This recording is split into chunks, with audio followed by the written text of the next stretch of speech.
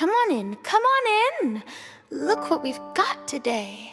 It's the brand new, super sparkly, extra large pink dollhouse. And guess who's inside? It's our favorite sister's baby, Elsa and baby Anna. Aren't they just the cutest? They're getting ready for a very special royal tea party.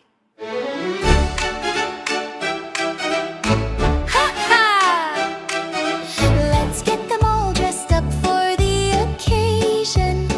For Anna we have this adorable little green dress, just like the one she wore at the coronation.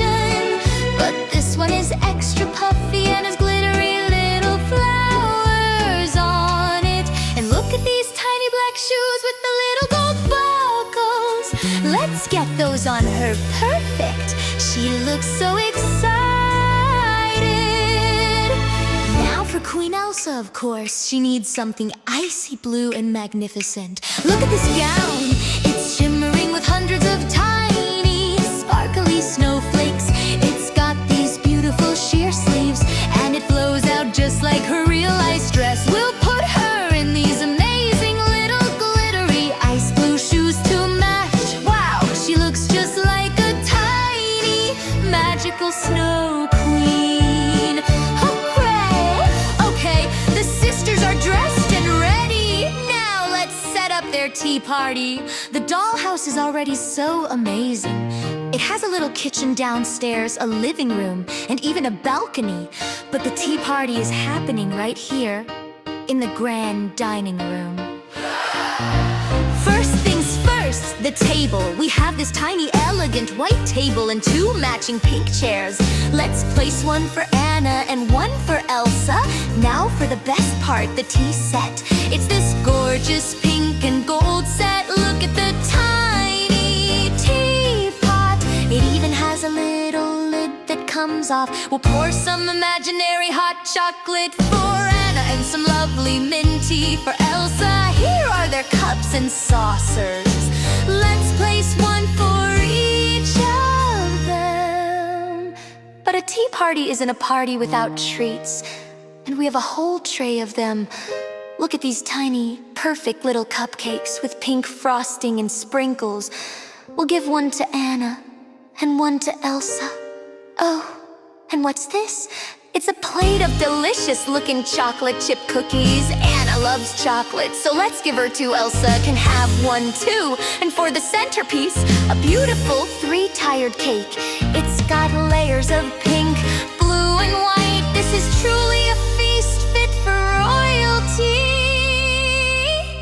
Let's bring the sisters to the table. We'll sit Anna in her chair. Cupcakes.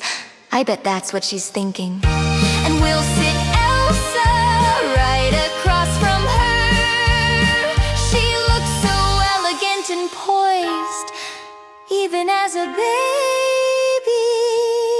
Would you like some more hot chocolate, Anna? Elsa asks, picking up the tiny teapot. Yes, please, chirps Anna, holding out her cup. This is the best tea party ever, Elsa. The cookies are so yummy. Elsa smiles. I'm so glad you're having fun. It's always better when we're together. Suddenly, there's a little knock at the door of the dollhouse. Who could it be? Let's open it. Oh my goodness, it's Olaf, and he's brought a friend. It's Sven the reindeer. They must have smelled the delicious cupcakes all the way from the forest. Hi, everyone. Can we join the party? Olaf waddles in, looking at the table full of treats with his big, happy eyes. Of course, says Anna, her face lighting up. There's plenty for everyone. We need more chairs. Let's see, we can grab this little stool from the living room for Olaf. And Sven is a bit too big for a chair, but he can sit right here next to Anna. We'll get them some plates. Olaf gets a big piece of the layer cake, and Sven gets a whole plate of imaginary carrots, his favorite. Now the party is in full swing. Elsa, Anna, Olaf, and Sven are all laughing and talking together, enjoying the delicious food and the warm sun.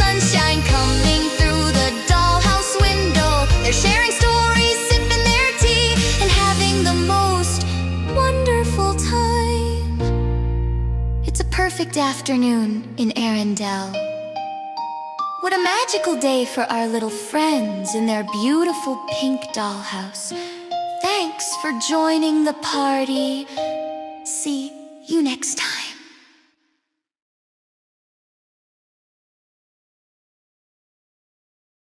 It's a gorgeous sunny day in the mushroom kingdom. Birds are chirping, Goombas are. Well, Goombing and Princess Peach is hosting a grand royal picnic. She's got her finest parasol out. The checkered blanket is spread perfectly, and the mushroom-shaped sandwiches are piled high.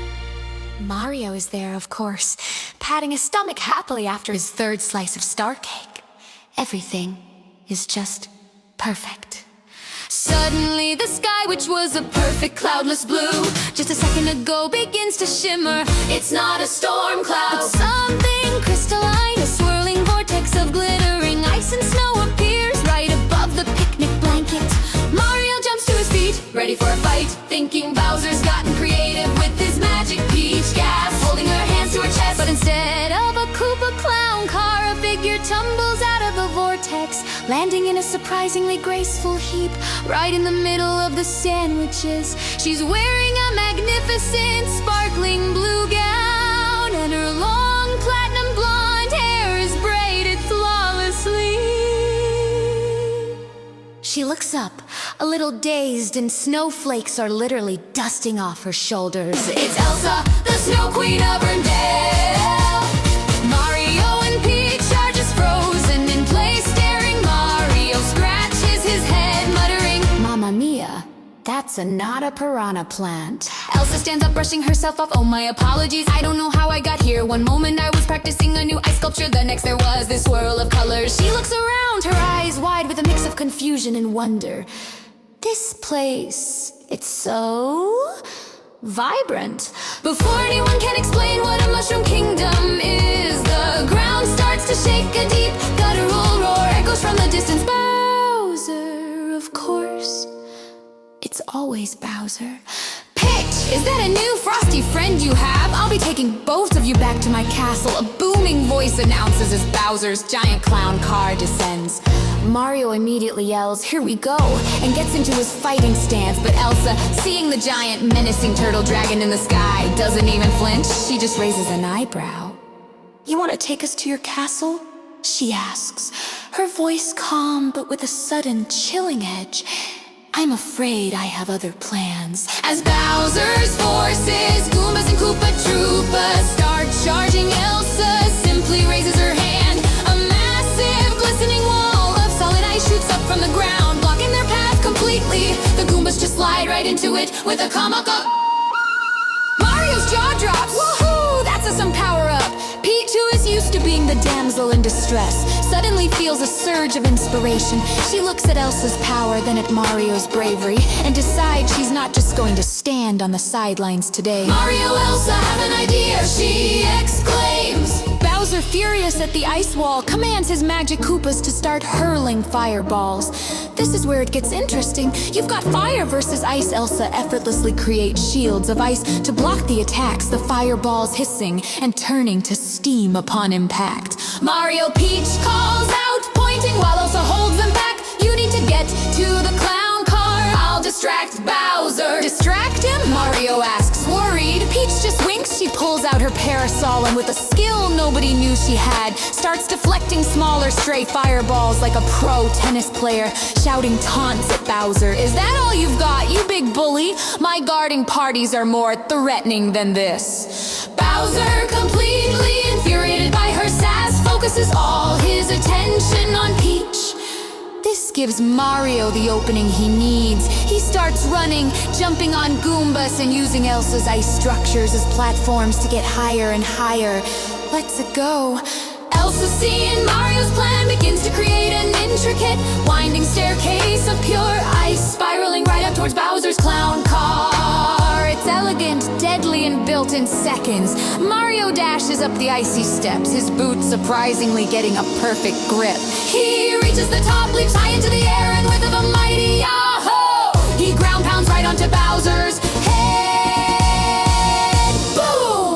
Bowser, dazed and confused, spins out of control. The clown car careens wildly before flying off into the distance, with Bowser screaming, "I'll be back and I'll bring mittens next time!"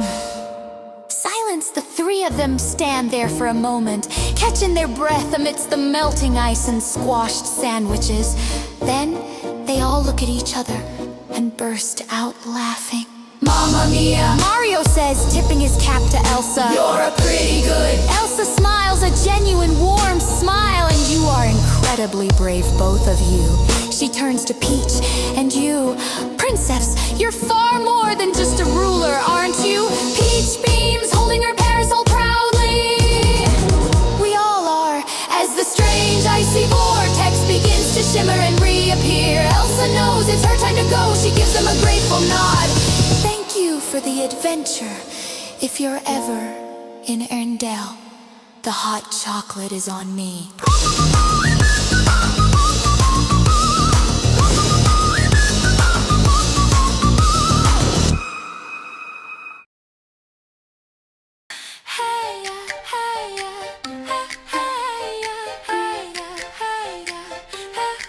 She's got a crown, but no parade, a gilded cage where dreams fade.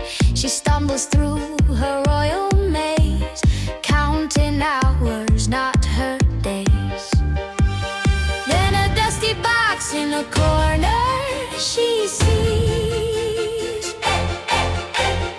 Pink trainers whisper on wild, be free. Glitter kicks and royal tricks, turning heels into magic sticks. Splashes of paint on her golden chain. She's dancing in the pouring rain. Oh, glitter kicks. Oh, royal tricks. Oh, glitter kicks. Oh, royal tricks. Palace halls echo empty tunes. Chandeliers don't light the moon. She paints her life in neon hues. Her heart's a spark she can't refuse. She spins in circles, no more rules. Glitter flying like a rebel jewel. Glitter kicks and royal tricks, turning heels into magic sticks. Splashes of paint on her golden chain. She's dancing in the pouring rain. Oh, glitter kicks. Oh, royal kicks. Oh, glitter kicks. Oh, royal tricks. She spins in circles, no more rules. Glitter flying like a rebel jewel. Glitter kicks and royal tricks, turning heels into magic sticks. Splashes of paint on her golden chain. She's dancing in the pouring rain. Oh, glitter kicks. Oh, royal tricks. Oh, glitter kicks. Oh, royal tricks.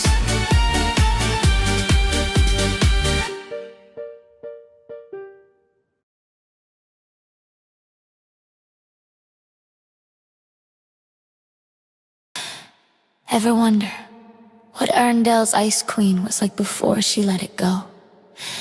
Before the gloves, before the fear, before the magnificent ice palace. Let's take a peek behind the royal curtain, back to a time of tiny satin slippers and a mother's gentle guidance.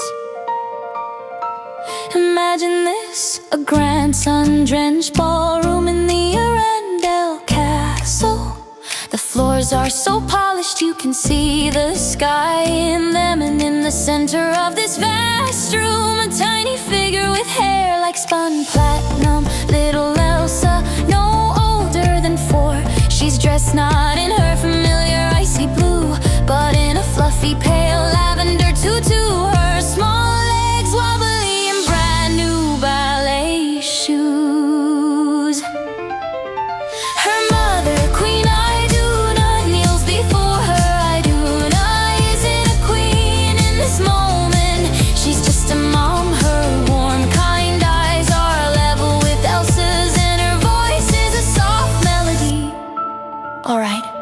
snowflake, she whispers, her hands gently adjusting Elsa's stance. First we must learn to stand tall and proud like a beautiful ice sculpture.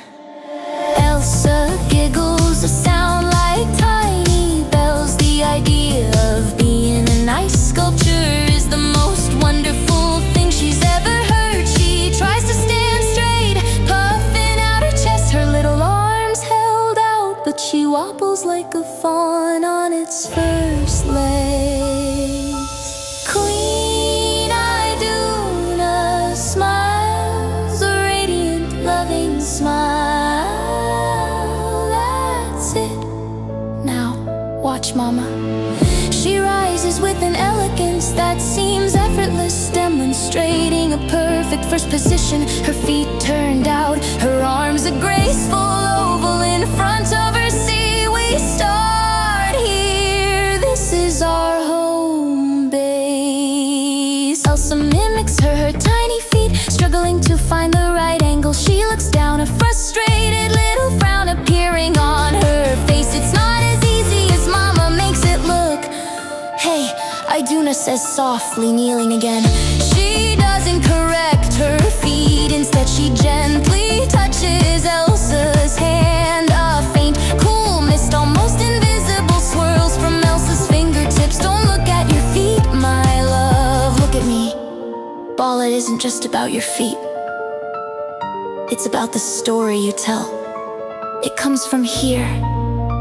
She taps Elsa's heart.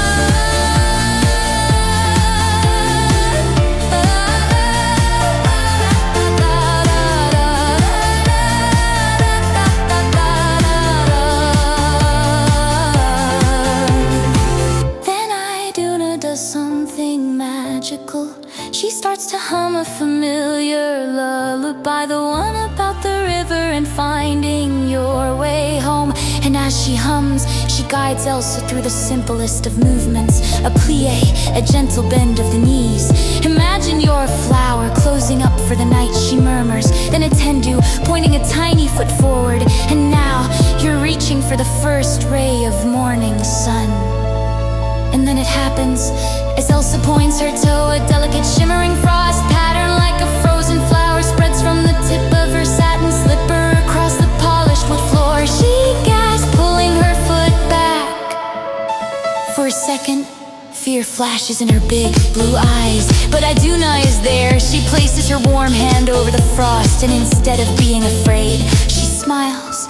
Oh, Elsa, how beautiful, you're not just dancing, you're painting with ice. She takes Elsa's hands, let's try again, don't hide it, let it be part of your dance. Let's make the whole floor a winter wonderland. And so they do, they twirl together, the queen and her little princess. With every leap, a flurry of snowflakes appears. With every turn, a swirl of frost. The grand ballroom, once just wood and sunlight, is transformed into a breathtaking masterpiece of ice and love. This wasn't just a ballet lesson, it was a lesson in acceptance, in turning what you fear into what makes you uniquely beautiful. Long before she built her fortress of solitude, little Elsa learned her first most important lesson from her mother, that her magic, her power, wasn't a curse to be hidden, but a gift to be danced with.